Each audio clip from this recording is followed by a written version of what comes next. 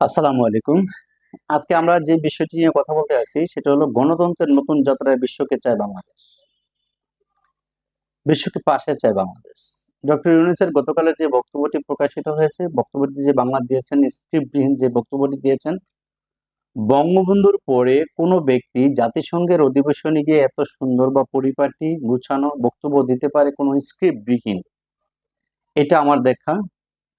এক বঙ্গবন্ধুর ভাষণ দেখেছিলাম অনেকবার, আর এবার দেখলাম প্রফেসর ডক্টর ইউনূসের।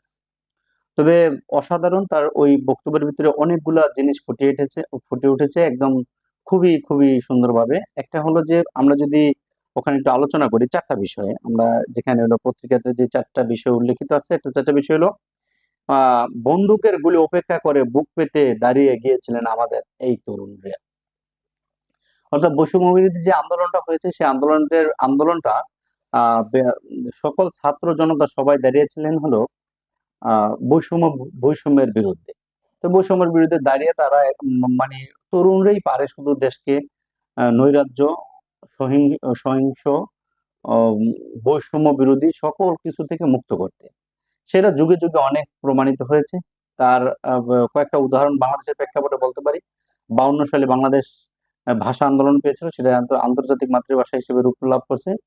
69-এর গণ অভ্যুত্থান হয়েছিল, 71-এ স্বাধীনতা হয়েছিল, 90-এ স্বৈরাচারের বিরুদ্ধে আন্দোলন হয়েছিল এরশাদের বিরুদ্ধে। তারপরে যে 96-তে খালেদা জিয়া আলাদা নির্বাচন করেছিলেন তার বিরুদ্ধে একটা আন্দোলন হয়েছিল। তারপরে তারপরের যে স্বৈরশাসন সেটা হলো একটা ছিল যে 9 থেকে 8 থেকে বলা যায় 8 থেকে 24 পর্যন্ত। এটার অভ্যুত্থান 2024-এ। অর্থাৎ যুগে যুগে যে তরুণরা যে অভ্যুত্থানগুলো ঘটিয়েছেন এগুলো খুবই খুবই মানে বলা যায় যে ইফেক্টিভ, এবং তরুণরাই পারে বিশ্বকে চিনিয়ে দিতে বুঝিয়ে দিতে যে নিজের অধিকার আদায়ের জন্য যে আমরা কি করতে পারি। এটা একটা বিষয়। 2 নম্বর পয়েন্ট বলছে বাংলাদেশের এই অভ্যুত্থান আগামী দিনগুলো বিশ্বের বিভিন্ন প্রান্তে মানুষকে মুক্তি ও ন্যায় বিচারের পক্ষে দাঁড়াতে প্রেরণা জুগিয়ে যাবে। যে কথাটা আমি বললাম যে আহ, বিশ্ব মানে যে অনুপ্রেরণা পায়, আমরা মোটিভেশন পাই, অনুপ্রেরণা পাই, এই অনুপ্রেরণা বিশ্ব পেতে পারে আমাদের এই তরুণদের মাঝখান থেকে। তার একটা উদাহরণ বলতে পারি যে শ্রীলঙ্কায় যে ভায়োলেশন হলো সেটা তো একটা গেল, ভায়োলেশন হওয়ার পরে তারা স্বৈরাচার মুক্ত হলো, এবং সেখানে দেখা গেল যে বাংলাদেশের স্বৈরাচার মুক্ত হলো। সেই দেখা দেখি পাকিস্তানও রেভলিউশন হচ্ছে, ভারতও একটা পয়েন্ট নিয়ে রেভলিউশন হচ্ছে। বিষয় হলো যে এই যে সাহসী উদ্যোগগুলো তারা নিচ্ছেন, এই যে সাহসী উদ্যোগগুলো তারা খুব সহজেই নিতে পারতেছেন, এই সাহসিকতা বাংলাদেশের এই তরুণদের এই যে 700 প্রাণ, প্রায় আরো প্রায় বলা যায় যে 10,000 বা 20,000 প্লাস আহত অবস্থায় হসপিটালে, সকলের প্রাণের বিনিময়ে, সকলের কষ্টের পরিশ্রমের বিনিময়ে হলে এই স্বৈরশাসন থেকে মুক্ত হয়েছে। সেটা যেমন সত্য, যেমন তার পরবর্তী অর্থাৎ যে মার্চও বলা অগাস্টও বলা হয়েছে, জুলাইয়ের পরে অগাস্টেও যে স্বৈরাচার হয়েছে সেটাও এক ধরনের স্বৈরাচারগিরি করেছেন। অর্থাৎ তাদেরও কোনো জায়গা থেকে কোনো কোনো মুহূর্তে কোনো বিষয়ে মানে ছাড় দেওয়া উচিত না। একটা বিষয় গেল। ধরিত্রী ও তরুণদের জন্য 3-0 প্রস্তাব করে দিচ্ছেন। ধরিত্রী 3-0 প্রস্তাব একটু আমি বলি, পরবর্তীতে আলোচনা করতেছি 3-0 বিষয় নিয়ে। এর আগে হলো ফিলিস্তিনের জনগণের বিরুদ্ধে মানব বিরোধী অপরাধ হচ্ছে। পৃথিবীতে একমাত্র দেশ যেই দেশের সাথে বাংলাদেশের কোনো নেটওয়ার্ক কমিউনিকেশন নেই। অর্থাৎ সাইবার যতগুলো সোশ্যাল মিডিয়া আছে সেগুলোর সাথে কোনো কমিউনিকেশন বা তথ্য যোগাযোগ মানে নেটওয়ার্ক সিস্টেমে কোনো যোগাযোগ নেই। সেই ইসরায়েল ফিলিস্তিনের কাছে অকাতরে মারতেছে, অত্যাচার করতেছে ইত্যাদি যেগুলো করতেছে, এগুলো অমানবিক। এগুলো অমানবিক, সেই মানবতা বিরোধী যেটা আছে তার পক্ষে তিনি ডক্টর ইউনূস বলছেন যে এই মানবতার কাজ বন্ধ করতে হবে। 5 নম্বর পয়েন্ট যেটা বলছেন, মিয়ানমারের সৃষ্ট রোহিঙ্গা সংকট বাংলাদেশের নিরাপত্তা ঝুঁকির কারণ হয়ে দাঁড়িয়েছে। যখন আমাদের প্রধানমন্ত্রী শেখ হাসিনা রোহিঙ্গাদের আশ্রয় দিয়েছিলেন, আমরা হয়তোবা সবাই আপামর জনতা যত আছি সবাই বলছিলাম যে ওরা এত অসহায় আছে, এত কষ্টে আছে, ওরা আসুক, বাংলাদেশে আসুক, থাকুক। আমরা যদি কম খাই বা কম খেতে হয় আমরা কম খাবো, কিন্তু তবু ওরা আসুক, এমন একটা প্রস্তাব আমরা সবাই করেছিলাম। আমরা ওই দিন পর্যন্ত সাপোর্টও করেছিলাম, কিন্তু যখন তারা স্বাধীন হলো, তারা আলাদা দল গঠন করলো, সবকিছু হয়ে গেল, তখন কেন তারা ফেরত নিলেন না, বা এখনো পর্যন্ত কেন নিচ্ছেন না? এখন তারা কিছুদিন পরে যে আলাদা স্বাধীনতা চাইবেন না, এটারও কি আছে, মানে এটারও যুক্তিযুক্ত কতটুকু আছে?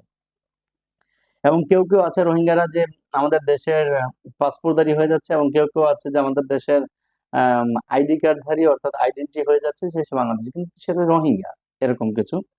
তো এখানে বাংলাদেশ সরকারের প্রধান হিসেবে তিনি বাংলায় ভাষণ দিয়েছিলেন এবং তিনি দীর্ঘ যে ভাষণে অনেকগুলো সংস্কারের কথা তুলে ধরেছেন, অনেকগুলো কাজের কথা তুলে ধরেছেন। জাতিসংঘ নিয়োগ, বিশ্বকে পাশে চায় বাংলাদেশ, অর্থাৎ এই সংস্কারের জন্য বিশ্বকে পাশে চায় বাংলাদেশ। এরপর হলো ন্যায় নীতি ও নৈতিক অদৃশ্য হয়ে গিয়েছিল। মানে ডক্টর ইউনূস যেখানে বুঝিয়ে দিতেছেন, আমি যদি একটু আপনাকে কোট আনকোট সেটা বলি, ডক্টর ইউনূস বলেন দায়িত্বে গ্রহণের পর অন্তর্বর্তী সরকারের দেখতে পায় কিভাবে সর্বগ্রাসী দুর্নীতি একটি কার্যকর গণতান্ত্রিক ব্যবস্থাকে ধ্বংস স্ফূর্তে পরিণত করছে, কিভাবে রাষ্ট্রের মূল প্রতিষ্ঠানগুলোকে নির্মম দলীয়করণের আবদ্ধে বন্দী করে রাখা হয়েছিল, কিভাবে জনগণের অর্থ সম্পদকে কি নিদারুণভাবে লুটপাট করা হয়েছিল, কিভাবে একটি বিশেষ স্বার্থন্বেষী গোষ্ঠী সব ব্যবসা বাণিজ্য অন্যায়ভাবে নিজেদের হাতে কুক্ষিগত করে দেশের সম্পদ অবাধে বিদেশে পাচার করা হয়েছিল। এক কথায় কিভাবে প্রত্যেকটা পর্যায়ে ন্যায় নীতি ও নৈতিক অদৃশ্য হয়ে গিয়েছিল। প্রধান উপদেষ্টা বলেন অতীতের ভুলগুলো সংশোধন করে একটি প্রতিযোগিতামূলক শক্তিশালী অর্থনীতি ও ন্যায়ভিত্তিক সমাজ ব্যবস্থা গড়ে তোলাই এই সরকারের বা এই মুহূর্তে আমাদের মূল লক্ষ্য।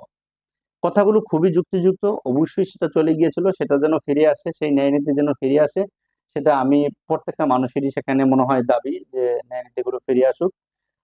সেকেন্ড থার্ড যে পজিশনটা আছে, সুশাসন ফিরিয়ে আনাই লক্ষ্য।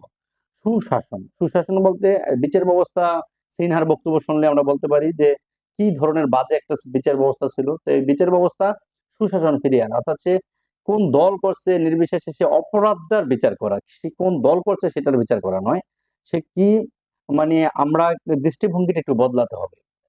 সে অপরাধী, অপরাধের বিচারটা হবে, সেটা আইন অনুযায়ী তার যে প্রাপ্য সেটা হবে। এটা হলো সুশাসন প্রতিষ্ঠার কথা তিনি বলেছেন। এবং সুরক্ষিত রাখার জন্য তিনি আইনকে স্বাধীনভাবে চলার জন্য বলা হয়েছে। তারপরে হলো সরকারের পদক্ষেপ। সরকারের দায়িত্ব নেওয়ার পর থেকে 7 সপ্তাহের মধ্যে সরকারের বিভিন্ন গুরুত্বপূর্ণ পদক্ষেপ গ্রহণ করা হয়েছে। আলাদা উপদেষ্টা কমিটি গঠন করা হয়েছে, আলাদা সমন্বয় গঠন করেছে, আলাদা সংস্কারের জন্য কাজ করতে শুরু করেছে। আর কয়েকটা বাকি আছে, হয়তো বা রিসেন্টলি হয়ে যাবে আশা করি, যতটুকু তার বক্তব্য থেকে আমি বুঝতে পেরেছি আর কি।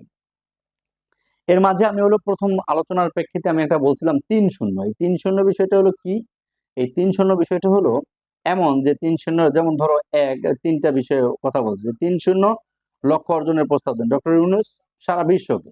আমরা দারিদ্র্যতে শূন্য হতে চাই, বেকারত্বে শূন্য হতে চাই এবং শূন্য নেট কার্বন নিঃসরণ। অর্থাৎ বৈশ্বিক যে উষ্ণতা আছে এটা একটা আছে, বেকারত্ব একটা আছে, আর একটা বলছে হলো কি দারিদ্রতা। দারিদ্রতা দূরীকরণে একটা দেশের যদি দারিদ্র দূর হয়ে যায় তাহলে আমরা স্বাবলম্বী মানে উন্নতশীল হয়ে যাব, উন্নয়নশীল না উন্নতশীল হয়ে যাব। এবং আরেকটা হলো যে বেকারত্ব দূর হলে কর্মসংস্থান সৃষ্টি হয়ে যাবে, এবং কর্মসংস্থান সৃষ্টি যখন হয়ে যাবে তখন সবাই স্বাবলম্বী হয়ে যাবে। কেউ তার কারো ধারে হাত পাতার দরকার নেই, কারো তোষামত করার দরকার নাই, আমার ভোট আমি দেবো, যাকে খুশি তাকে দেবো, এই সিস্টেমে চলে আসবে। আর তিন হলো কার্বন নিঃসরণ বন্ধ করা। কার্বন নিঃসরণ বলতে সারা পৃথিবী এখন বৈশ্বিক উষ্ণতার প্রভাবে পড়ে গেছে। তাই যদি কার্বন সেখানে নিঃসরণ বন্ধ করা যায়, নিঃসরণ তো আর বন্ধ করা যাবে না, কমিয়ে আনা যাবে। কমিয়ে আনা যদি সম্ভব হয় তাহলে সেটা দেশের জন্য এবং দেশের সংস্কারের জন্য সেটা অনেকটা কাজে লাগবে বলে আমার বিশ্বাস। লাস্ট যেটা বলছে যে রোহিঙ্গা সংকটটা আমরা একটু বিশদ বলতে পারি, একদম পুরোটাই আপনাদের কাছে একটু বলতে পারি। মিয়ানমারের অভ্যন্তরীণ সমস্যা থেকে সৃষ্ট রোহিঙ্গা সংকটে বাংলাদেশ এই অঞ্চলের জন্য প্রথাগত ও অগ্রগত উভয় ধরনের নিরাপত্তা ঝুঁকির কারণ হয়ে দাঁড়িয়েছে বলে উল্লেখ করেছেন ডক্টর ইউনূস। তিনি বলেন মিয়ানমার থেকে বাংলাদেশের বলপূর্বক বাস্তুচ্যুত রোহিঙ্গাদের সহায়তা করতে আমরা অঙ্গীকারবদ্ধ। আমরা রোহিঙ্গাদের জন্য মানবিক সহায়তা কার্যক্রম চালু রাখা এবং তাদের টেকসই প্রত্যাবাসন মানে পুনর্বাসন করার উদ্দেশ্যে আন্তর্জাতিক সম্প্রদায়ের পর্যাপ্ত সহায়তা অব্যাহত রাখার আহ্বান জানাই। রোহিঙ্গাদের সঙ্গে সংগঠিত হওয়া ব্যাপক ভিত্তিক মানবাধিকার লঙ্ঘনের জন্য আন্তর্জাতিক বিচার আদালত এবং আন্তর্জাতিক অপরাধ আদালতে চলমান বিচার প্রক্রিয়ার মাধ্যমে ন্যায় বিচার নিশ্চিত করে গুরুত্বপূর্ণ। অবশ্য রোহিঙ্গাদের পক্ষেও সেটা বলেছেন যে তাদের আইন বিচার করে সেখানে যদি তাদের দেশে প্রেরণ করা সম্ভব হয় সবচেয়ে ভালো হবে।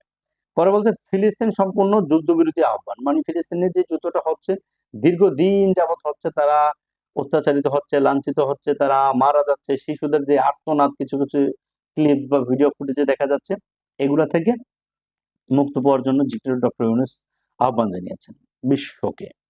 এবং জাতিসংঘে বাংলাদেশের সুবর্ণ জয়ন্তী, ডক্টর মোহাম্মদ ইউনূস বলেন এবছরে আমরা জাতিসংঘের সঙ্গে বাংলাদেশের অংশীদারত্ব সুবর্ণ জয়ন্তী উদযাপন করছি। গত 50 বছর ছিল আমাদের 50 বছর ছিল আমাদের জন্য একটি পারস্পরিক শিক্ষণীয় সম্মিলিত যাত্রা। সীমিত উপায়ে বাংলাদেশের বৈশ্বিক শান্তি, নিরাপত্তা, ন্যায়, সমতা, মানবাধিকার, সামাজিক অগ্রগতি, সমৃদ্ধি, ধারাবাহিকতা অবদান রেখে আসছে। আমাদের কি সমন্বিত প্রয়াসে সত্যিকার অর্থে একটি নিয়ম ভিত্তিক বৈশ্বিক ব্যবস্থা গড়ে তোলা উচিত। এটা গেল একটা বিষয়।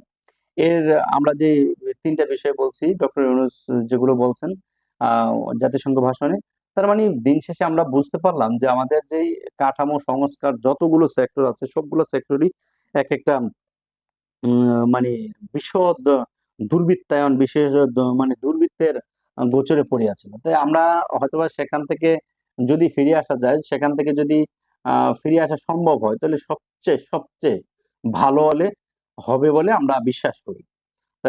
ডাক্তার ইউনূসের এই যে বক্তব্যটি দিয়েছেন আমি সাধুবাদ জানাই, এবং এই বক্তব্যগুলো কার্যকরী হোক, এবং প্রত্যেকটা কথা, প্রত্যেকটা যেই মানে সিদ্ধান্তগুলো সেগুলো যেন কার্যকর রূপে আসে বাংলাদেশ, সেটা হয় বাংলাদেশ এবং জাতীয় বিশ্বের জন্য সেটা আশীর্বাদ স্বরূপ হয়ে আসবে ইনশাল্লাহ, আশা করি।